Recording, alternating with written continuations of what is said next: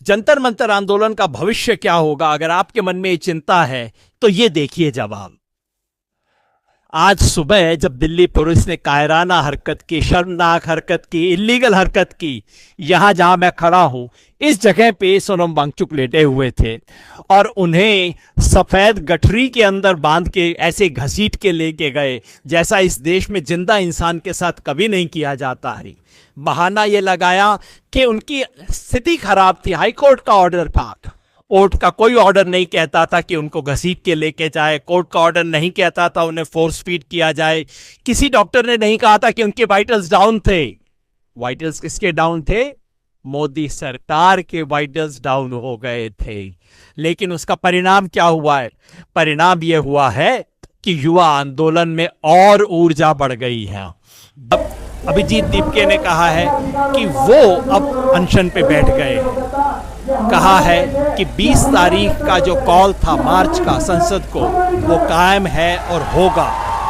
और कहा है कि अब तक तो सिर्फ शिक्षा मंत्री का इस्तीफा मांग रहे थे, अब आंदोलन बढ़ा है, अब प्रधानमंत्री का इस्तीफा मांगेंगे। मतलब अब ये आंदोलन व्यवस्था के विरुद्ध आंदोलन बन गया है। उस शिक्षा व्यवस्था के विरुद्ध जो शिक्षा नहीं देती, उस इकोनॉमिक व्यवस्था के खिलाफ जो रोजगार नहीं देती, उस पॉलिटिकल सिस्टम के खिलाफ जो जवाब नहीं देता है।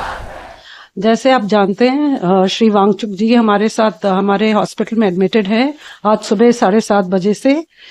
वे अभी भी उपवास पे ही हैं और उनके पैरामीटर्स जो है वाइटल पैरामीटर्स जैसे blood pressure, pulse rate, oxygen saturation, ये अभी भी स्टेबल है। वो फुल्ली कॉन्शियस है, ओरिएंटेड है, बट उनमें डिहाइड्रेशन के साइंस डेफिनेटली हैं। उनको ट्रीटमेंट की जरूरत है, पर वो अभी भी हमारे काउंसलिंग के बावजूद ट्रीटमेंट को वो रिफ्यूज कर रहे हैं। ना वो हमारी तरफ से oral rehydration fluid electrolyte solution ले रहे हैं, ना वो आईवी थेरेपी के लिए ले रहे हैं। हाई कोर्ट के ऑर्डर्स को मद्देनजर रखते हुए डॉक्टर अक्षय कुमार एम्स के एडिशनल प्रोफेसर है इमरजेंसी मेडिसिन, ये भी हमारी टीम के साथ जुड़ चुके हैं। इन्होंने भी जांच करी है पेशेंट की, उनसे हिस्ट्री ली है और उन्होंने भी अपनी एक्सपर्ट ओपिनियन दी है जो हमारे साथ सहमति रखती है। तो हम लगातार उनका जांच कर रहे हैं, उनके मॉनिटर कर रहे हैं और लगातार उनकी काउंसलिंग कर रहे हैं कि वो हमारी तरफ से फ्लूइड थेरेपी या ओरल रिहाइड्रेशन सोल्यूशन ले रहे हैं, बट जिसको वो एक्सेप्ट नहीं कर रहे हैं। बट हम लगातार उनकी मॉनिटरिंग कर रहे हैं। वे उन्हें जंतर मंतर की साइट से यहाँ पर लाया गया बिना उन्हें बताए या बिना मुझे बताए। और कल शाम को ही सफदरजंग के ही डॉक्टर्स ने उनका चेकअप किया था और सारे वाइटल्स नॉर्मल थे और पोटेशियम उनका 4.3 था शाम को 4:15 बजे। लेकिन अभी हमें कह रहे हैं कि पोटेशियम 2.9 हो गया है और लाइफ थ्रेटनिंग है। लेकिन जब हमने कहा कि रिपोर्ट दिखाइए, क्योंकि हम बिना रिपोर्ट के कुछ भी उनको देना नहीं चाहते हैं, मैंने क्लियरली ये कहा है कि कुछ भी ओरल या इंट्रावेनस बिना मेरी कंसेंट के उनको नहीं दिया जाएगा और जो भी दिया जाएगा वो रिपोर्ट के बेसिस पे दिया जाएगा। लेकिन वो हमें वो रिपोर्ट दिखा तो रहे हैं जिसमें 2.9 है उनका पोटेशियम, लेकिन दे नहीं रहे। तो इसीलिए ये ट्रांसपेरेंसी की वजह से मुझे ये ट्रस्ट में प्रॉब्लम आ रहा है। और ऊपर से अगर ये मेडिकल ही इशू था तो इतने पुलिस यहाँ क्या कर रही है? और सेकेंडली हमारा फोन हमें क्यों नहीं ले जाने दिया जा रहा सोनम को? तो ये जैसे सफदरजंग हॉस्पिटल नहीं है, जैसे सफदरजंग प्रिजन है ऐसा लग रहा है। इतने सारे पुलिस हैं उस फ्लोर पे और जो 2.9 ये कह रहे हैं जिसके बेसिस पे ये इंट्रावेनस देना चाहते थे पोटेशियम, जो मैंने मना कर दिया है, वो 2.9 मेडिकली पॉसिबल नहीं है कि एक ही शाम में 4.3 से 2.9 आ जाए। मैम, क्या आपको लग रहा है कि सोनम की हंगर स्ट्राइक तुड़वाने की कोशिश की जा रही है? हाँ, डेफिनेटली ये तो उनकी रूल बुक का ही एक पार्ट है। ये तो हमको पता ही था कि वो कोशिश करेंगे कि जो मंडे, एक्चुअली ये जो पिछले 20 दिनों से प्रोटेस्ट चल रहा है, ये एक मिसाल है देश में कि जिस जेनजी को इतना उनके बारे में बुरा भला कहा जा रहा था, उसी जेनजी ने ये दिखाया है कि कितने पीसफुल प्रोटेस्ट से, कितने सही तरीके से हम अपनी मांगों को आगे रख सकते हैं। तो ये प्रोटेस्ट इतने अच्छे तरीके से किया जा रहा है और इसीलिए सोनम वांगचुक इसके साथ ये जुड़े। बहुत ऑर्गेनिकली इसके साथ जुड़े, क्योंकि उनको यूथ की ये मांग बिल्कुल सही लग रही थी कि एजुकेशन के लिए, एजुकेशन की ट्रांसपेरेंसी के लिए, एग्जामिनेशन के लिए जो यूथ मांग कर रहे हैं, जो उनका भविष्य इस पर डिपेंडेंट है, वो बिल्कुल सही है मांग। और जो ये यूथ मूवमेंट चल रहा था वो इसीलिए इसके साथ जुड़े ताकि ये गलत लोग इसका गलत इस्तेमाल ना करें, ताकि वो अगर इसके साथ रहेंगे तो वो इसको गाइड कर सकते हैं इस मूवमेंट को। और वही हमने देखा कि पिछले 20 दिनों में जैसे सोनम पहले अनशन करते आए हैं पीसफुल प्रोसेस से, किसी को बिना तकलीफ दे हुए, वैसा चल रहा है।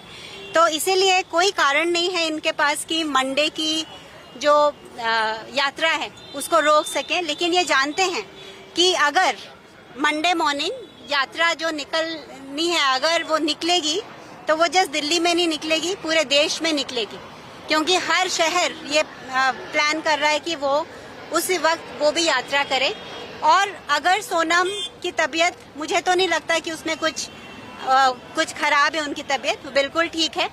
और हम एक थर्ड पार्टी लैब से दोबारा वो टेस्ट रिपीट करने जा रहे हैं बिना उनको दवाई देने के पहले, और वो बिल्कुल ठीक हो जाएंगे और वो यात्रा के लिए रेडी होंगे। और ये आंदोलन बाकी के बच्चों ने, इंक्लूडिंग अभिजीत ने, जारी रखा है।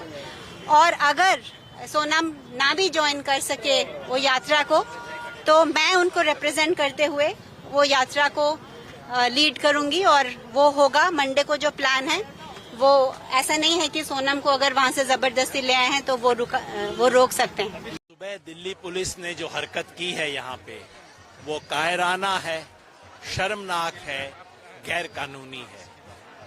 कायराना और शर्मनाक इसलिए कि आप सफेद चादर का पर्दा लगा के उस इंसान को घसीटते हुए लेके जाते हैं उसकी इच्छा के विरुद्ध। ये कायराना और शर्मनाक तो होगी जो आप पर्दे के पीछे छुपा रहे हैं। गैर कानूनी इसलिए है कि कोर्ट के आदेश में कहीं नहीं लिखा था कि आप जबरदस्ती उनको लेके जाइए। कोर्ट के आदेश में कहीं नहीं लिखा था कि आप फोर्स फीड कीजिए, और किसी डॉक्टर की रिपोर्ट में नहीं लिखा था कि उनके वाइटल्स डाउन है। वाइटल्स जो डाउन है वो नरेंद्र मोदी जी के हैं, सरकार के वाइटल्स डाउन हैं। सरकार जब डरती है पुलिस को आगे करती है, वो खेल हुआ है। और मैं समझता हूं कि ये होना अपने आप में इस आंदोलन की पहली जीत है, इसलिए कि सरकार ने सोचा था कि बैठने दो, बच्चे हैं, 10 दिन तक चलो इनको स्टेज बनाने दो, 10 दिन में मीडिया कवर नहीं करेगा, पब्लिक आएगी नहीं, अनशन इनसे चलेगा नहीं, अपने आप खत्म हो जाएगा। लेकिन सोनम वांगचुक ने अपनी जान की बाजी लगा के इस आंदोलन में जान फूंक दी। उन्होंने सोचा था हवा निकल जाएगी, हवा पूरे देश में चल पड़ी। और मैं समझता हूं अब तो ये आंदोलन एक ऊपर के स्तर पे पहुंचा है। एक सोनम वांगचुक का अनशन टूटा है, दीपके ने भी शुरू कर दिया है अनशन, और मैं समझता हूं देश में लाखों लोग ये अनशन करेंगे। अगर इस जंतर मंतर को तोड़ भी देती है पुलिस, जिसका मुझे अंदेशा है, तो देश के हजारों शहरों में जंतर मंतर बन जाएगा। और अब मामला सिर्फ धर्मेंद्र प्रधान के इस्तीफे पे नहीं रुकेगा। अब तो युवाओं ने नरेंद्र मोदी के इस्तीफे की मांग कर डाली है, यानी कि याचना नहीं, अब रण होगा। लोकतांत्रिक और शांतिपूर्वक तरीके से रण होगा इस व्यवस्था के खिलाफ, इस सिस्टम के खिलाफ, इस इकोनॉमिक सिस्टम के खिलाफ जो रोजगार नहीं देता, एजुकेशन सिस्टम के खिलाफ जो शिक्षा नहीं देती, और पॉलिटिकल सिस्टम के खिलाफ जो जवाब नहीं देता, जो संवाद नहीं करता, उसका बिगुल आज फूंक दिया गया।